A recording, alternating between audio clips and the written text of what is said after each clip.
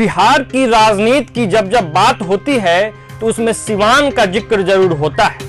कहा यह जाता है कि सिवान के राजनीति में पैसा और अपराध का कॉकटेल चलता है और सिवान के गलियों में अपराध के कहानियों की गूंज जो है वो सुनाई देते रहती है।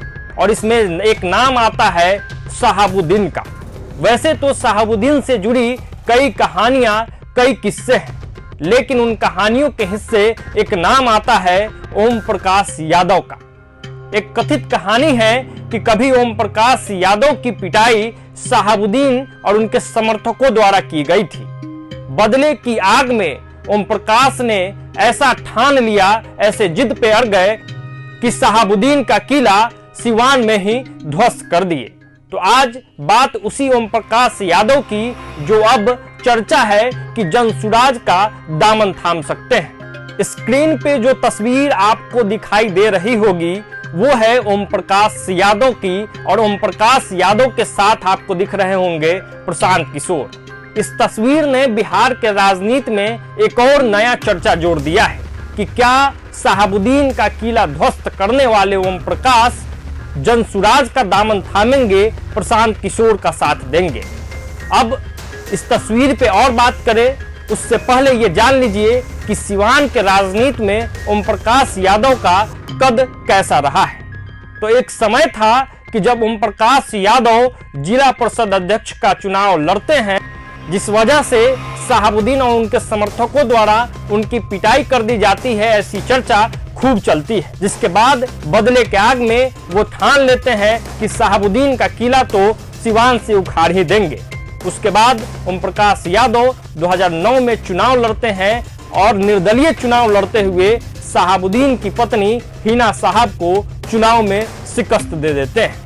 इसके बाद सिवान के राजनीति में ओम प्रकाश यादव का नाम गूंज उठता है और इस तरीके से उनका प्रभाव पड़ता है कि 2014 के चुनाव में भारतीय जनता पार्टी ओम प्रकाश यादव पर भरोसा जताते हुए उन्हें वहां से उम्मीदवार बनाती है। और एक बार फिर उनके सामने थी शहाबुद्दीन की पत्नी हिना साहब। उस समय तक भी शहाबुद्दीन का कद हुआ करता था, शहाबुद्दीन के इर्द गिर्द राजनीति घूमती थी। 2014 में फिर से ओम प्रकाश यादव ने अपने आप को साबित किया। शहाबुद्दीन परिवार के दबदबे के बावजूद और राजद के टिकट से आई हिना साहब के बावजूद उन्होंने हिना साहब को करारी शिकस्त दी और 2014 का चुनाव भी ओम प्रकाश यादव जीत जाते हैं, जिससे इनका कद और बढ़ जाता है। लेकिन फिर आता है 2019 का लोकसभा चुनाव और इस बार वो सीट जो है वो जदयू के खाते में चला जाता है और ओम प्रकाश यादव भाजपा नेता थे, भाजपा से सांसद थे,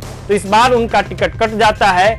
और इसके बाद अब आती है बारी कि आखिर उनका जो राजनीतिक करियर है वो अभी बहुत बचा हुआ है, बहुत सी पारी उनको अभी खेलना है। इस कड़ी में ये जो तस्वीर आई है उससे ये कहीं ना कहीं संकेत मिल रहा है कि हो सकता है कि ओम प्रकाश यादव प्रशांत किशोर के साथ दिख जाए, क्योंकि तस्वीरों में साफ दिख रहा है कि किस तरीके से गलबगहिया प्रशांत किशोर के साथ ओम प्रकाश यादव का हो रहा है। वैसे भी प्रशांत किशोर की जो पार्टी है जनसुराज, वो पूरे बिहार में इस बार चुनाव लड़ने के मूड में है। पूरे 243 सीटों पर जनसुराज की तैयारी चल रही है। ऐसे में प्रशांत किशोर भी वैसे नेताओं को साधने में लगे हुए हैं जो सीट निकालकर उनके खाते में दे दे या फिर जिनका बड़े स्तर पे प्रभाव हो।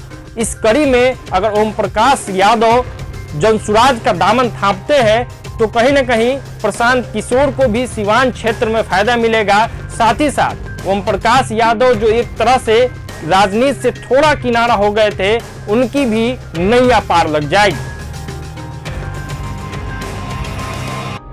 प्रभातखबर.com, विश्वास वही, रफ्तार नहीं।